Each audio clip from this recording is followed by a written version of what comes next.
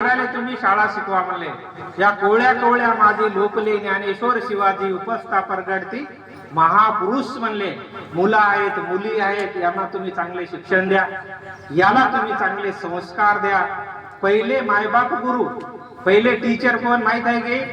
पहिले आपल्या मुलाचे टीचर सिर्फ मायबाप राहते, दुसरं कोणी नाही राहत। तुम्ही जसं बोलाय शिकवले, तुम्ही आई बहिणी तुम्ही जसे बोलायला शिकवते तसे ते लेकर बोलते आहे ना। दादाराव आताच म्हणले ना, आपले जे लेकर आहे ना त्याला आपण जसं बनवायचं आहे तसं बनवू शकते। आपण भाषा बघता ना, मराठी भाषेमध्ये बोलणारे लेकर माय बापाले कोण बोलते आधी तुम्ही सांगा बरं? मराठी आपण बोलते ना, आपली भाषा मराठी आहे, मराठी बोलते म्हणून आपले लेकर मराठी बोलते, बरोबर आहे।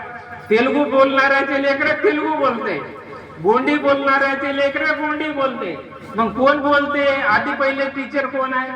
ते मुलाचे पहिले टीचर कोण आहे? माय आणि बाप हे दोघं टीचर आहे पहिले, बरोबर आहे। जसं आपण त्या लेकराला घडवतो तसं ते घडते आहे ना, असं ते घडते। दादाराव आता मी म्हणले ना, मी एका भजनाचं कधी बी उदाहरण देतो।